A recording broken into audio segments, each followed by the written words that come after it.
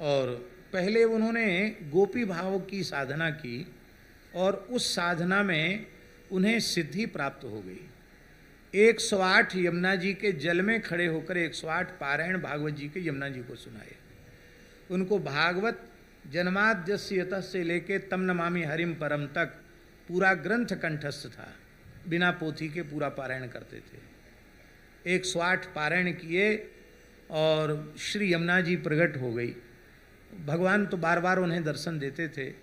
यमुना जी ने प्रकट होकर के कहा कि भगवान ने आदेश देकर हमको भेजा है कि इस मधुर भाव के उपासक इस समय हमारे धरती पर वृंदावन में बहुत हैं, पर मेरी सख्य रस की भक्ति का लोप हो रहा है, इसलिए तुम सखी भाव छोड़कर सखा भाव ग्रहण करो। तब फिर उन्होंने अपने को कृष्ण बलराम का सखा माना, सख्य भाव थे। तो उन्हीं की चर्चा हमने कल की थी कि एक ब्रज के, एक गांव के, एक बहुत अच्छे परिवार के महानुभाव थे। वो उन पर इतना प्रभाव पड़ा उनके संग का कि उन्होंने अपनी पत्नी से कहा कि देखो घर में जमीन जायदाद मकान सारी व्यवस्था है, कोई तुम्हें किसी के सामने हाथ पसारना नहीं पड़ेगा। अब मैं एक क्षण भी घर में रुक नहीं सकता, मैं तो स्वामी जी के पास जा रहा हूँ और जीवन भर उनकी सेवा करते हुए भजन करूँगा, और हमको यहाँ का कुछ चाहिए भी नहीं, हम तो बस ऐसे ही जा रहे हैं। पत्नी पतिव्रता थी, उसने कहा कि हमने कौन सा ऐसा अपराध किया, आपकी इच्छा में मैं कहाँ बाधक बनी आपके भजन साधन में, जो आप खुद तो छोड़ के जा रहे हो, हमको फंसा के जा रहे हैं। तो मैं फंसने वाली नहीं हूँ, आप चलेंगे तो मैं भी सब छोड़ के चल दूंगी।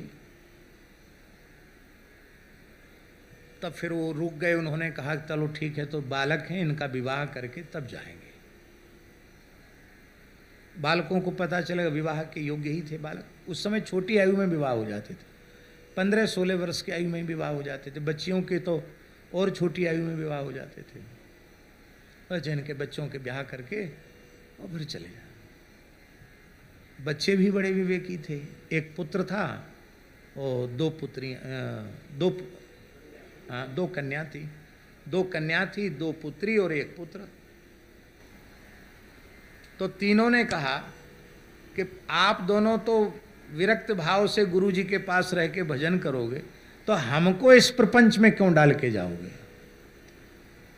भाई हमको भी तो भगवान ने मनुष्य देह दिया है, क्या हमें अपना परम कल्याण करने का अधिकार नहीं है? अपनी संतान का दृढ़ निश्चय देख करके एक साथ पूरे परिवार ने, 5 सदस्यों ने निवृत्ति भाव की दीक्षा ले ली महाराज से, और अपना सब जो कुछ था दे दुआ करके, सोना चांदी कुछ था वो तो सब ब्राह्मणों को दान करके, गाय वाय सब बांट के, मकान बेच के, जमीन बेच के, आजकल वृंदावन में जहाँ 4 संप्रदाय आश्रम है वो भूमि उन्होंने खरीदी। और स्वामी कृष्णानंद दास जी महाराज, उन्होंने अपने संपूर्ण जीवन में द्रव्य का स्पर्श नहीं किया, अपना पैसा छुआ, कंचन और कामनी के स्पर्श से वे जीवन पर्यंत विमुक्त रहे।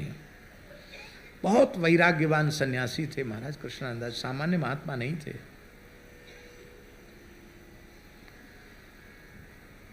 तो गुरुजी थे, तो बोले गुरुजी अब आप वृद्ध हो गए हैं, हम लोग आपकी सेवा करेंगे। और उनके जो पुत्र थे रामदास शास्त्री, उनका दर्शन हमने किया। कृष्ण करणामृत पर उन्होंने बड़ी सुंदर टीका लिखी है, श्री रामदास शास्त्री संस्कृत के प्रकांड विद्वान थे। हमने उनका दर्शन किया, उनका प्रवचन भी सुना। और उनकी 2 बहनें थीं, तो अब सख्य रस की उपासना हो गई थी। तो बड़ी बहन का नाम था बड़े भैया और छोटी बहन का नाम था छोटे भैया। ब्रह्मचारी जी ने कहा भाई जी से कि भाई जी सिद्ध भाव का मैं दर्शन कराता हूँ आपको। तो छोटे भैया बड़े भैया 10-11 साल के रहे होंगे, वो कपड़े पड़े धो रहे थे। तो ब्रह्मचारी जी ने कहे छोरियो कहाँ हैं तेरे गुरुजी? इतना सुनते ही दोनों तमक गई। बोले तू छोरी, तेरो गुरु छोरी, तेरो गुरु को गुरु छोरी, हम काहे के छोरी? हम तो कृष्ण बलराम के सखा हैं, उनके साथ खेलें खामें गैया चरावें, हम उनके सखा हैं। ये तड़क तमक करके कहा, आविष्ट होकर के कहा।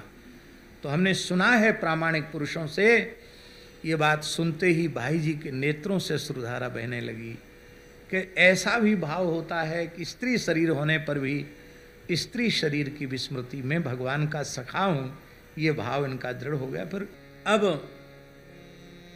बड़ी सुंदर बात, अपने तो क्लेश से मुक्त हो नहीं पाया और अपनी संतान को प्रवृत्ति में फंसाकर उनके लिए क्लेशों का बीज बोकर चला गया। ये दत्तात्रेय भगवान कह रहे हैं। अब विषयी पुरुष की दुर्दशा कैसी होती है इसका आगे के श्लोक में वर्णन कर रहे हैं। जैसे किसी एक पुरुष की कई पत्नियां हों और उन पत्नियों में परस्पर सौतिया डाह हो, एक मत न हो, सबके अलग अलग मत हों, सबके अलग अलग विचार हों, और पति एक ही है, पत्नियां कई हैं। अब पति के लिए उनमें परस्पर कलह होने लग जाए, कोई हाथ पकड़ के खींचे, कोई पैर पकड़ के खींचे, कोई धोती पकड़ के, कोई चोटी पकड़ के, कोई कुर्ता पकड़ के खींचे, उस बेचारे पुरुष की जैसी दुर्दशा हो जाती है, ऐसी यह विषयी पुरुषों की इंद्रियां इस जीव की दुर्दशा कर देती हैं।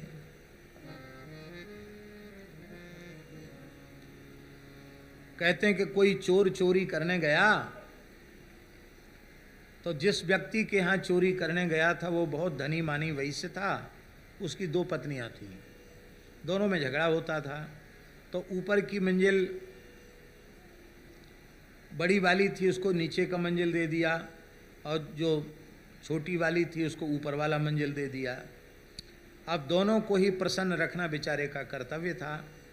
तो नीचे वाली जो उसकी पत्नी थी बड़ी वाली, वो सो गई, तब वो बड़ी छोटी को मनाने के विचार से वो जीना से चढ़ के ऊपर जाने लग गया। अब वो प्रतीक्षा कर रही थी कि वो आएगा, और इधर नीचे वाली जग गई और ऊपर वाली तो जगी रही थी, प्रतीक्षा कर रही थी। उसने उसके ऊपर से हाथ पकड़ लिए और नीचे वाली ने पैर पकड़ लिए। अब दोनों शक्तिमती थी, वो ऊपर वाली खींचे तो घिसटता हुआ बेचारा ऊपर जाए, नीचे वाली खींचे तो घिसटता हुआ नीचे जाए। बेचारे का आगे का सब छिल गया, मुंह नाक हाथ पैर सब छिल गए, धोती फट गई, रक्त आने लग गया। तो चोर जो चोरी करने गया था, माल पानी बांध के रखा था उसने, वो एक तमाशा देखने लग गया। मन में सोचा ये तो बहुत भारी सजा बेचारे को मिल रही है, और इस दुर्दशा को देखकर वो बड़ी जोर से हंसा। जब हंसा तो सबका ध्यान, कौन हंसा भाई, उसकी ओर गया। अरे चोर चोर चोर, सब हल्ला मचाने लगे। चोर को तीनों ने मिलकर पकड़ लिया, माल बरामद हो गया, पुलिस में दिया गया चोर को। राजा उस समय न्याय करते थे, राजा के सामने गए तो राजा ने कहा कि भाई चोर भी पकड़ा गया और माल भी बरामद हो गया, तो बात पक्की है, अब इसको क्या दंड दिया जाए। तो चोर ने कहा कि महाराज आप मृत्यु दंड हमें दे दो, हमें स्वीकार है, पर ये जो व्यक्ति कह रहे हैं कि नहीं आप अपनी दंड व्यवस्था के अनुसार दंड न दें, मैं जो कहूँ वही दंड इसको दिया जाए, तो ये जो कहने वाला है वो दंड मुझे न मिले। तो राजा ने कहा ऐसा ही विचित्र बात क्या है, ऐसा कौन सा दंड, ये चोर बड़ा बुद्धिमान है। तो राजा ने पूछा उस व्यक्ति से जिसके घर में चोरी हुई थी, बोले सरकार इसको कुछ मत करो, इसके 2 ब्याह करा दो।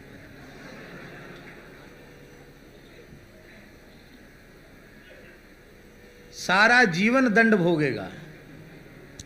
तो जहां 2 में ये हालत है, यहाँ पंच ज्ञानेन्द्रियां और पंच कर्मेंद्रियां एक ही जीव को अपने अपने विषय की ओर खींच रही हैं, उस बिचारे विषयी जीव की क्या दुर्दशा होगी। तो इसलिए इन इंद्रियों को भगवान की सेवा में लगाओ। विषयी मनुष्य अपने मनुष्य जन्म को नष्ट कर देता है, ये श्री दत्त भगवान कह रहे हैं। कहते भगवान ने अपनी अचिंत्य शक्ति माया का आश्रय लेकर के इस धरती की सृष्टि की, वृक्षों की सृष्टि की, और इस धरती पर रेंग कर चलने वाले जो सरीसृप आदि हैं उनकी सृष्टि की, पशुओं की सृष्टि की, पक्षियों की सृष्टि की, मक्खी मच्छर डांस इन सब की सृष्टि की, जलचर मछली कछुआ आदि इन जलचर प्राणियों को रचा। अनेक प्रकार की योनियों को रचने के बाद भी, इन सब रचनाओं को करने के बाद भी भगवान संतुष्ट नहीं हुए। अपने कृतित्व से, अपनी सृष्टि से, अपनी रचनाओं से भगवान संतुष्ट नहीं हो रहे थे। तब भगवान ने पुरुषम विधाय, जब मानव शरीर की सृष्टि भगवान ने की तो इस मानव शरीर को देखकर भगवान प्रसन्न हो गए। कितने प्रसन्न हो गए? बोले ये शरीर तो केवल जीव को मेरी प्राप्ति के लिए ही मिला है और दूसरा इस शरीर की प्राप्ति का कोई प्रयोजन नहीं है। तो इस मानव शरीर में ऐसी कौन सी बात है जिससे, क्योंकि ज्ञानेंद्रियां, कर्मेंद्रियां, पंच तत्व वो तो सब शरीरों में एक जैसे हैं, इसमें विशेषता क्या है? वो ब्रह्म की जिज्ञासा कर सकती है, परोक्षानुभूति भी कर सकती है वेदादि शास्त्रों के द्वारा, और आत्मवित गुरु का आश्रय लेकर के, साधन पथ का आश्रय लेकर के अपरोक्षानुभूति भी कर सकता है। ये सामर्थ्य केवल मनुष्य को भगवान ने प्रदान किया है। इसलिए ऐसी बुद्धि भगवान ने मनुष्य को दी है जो ब्रह्म का साक्षात्कार कर सकती है।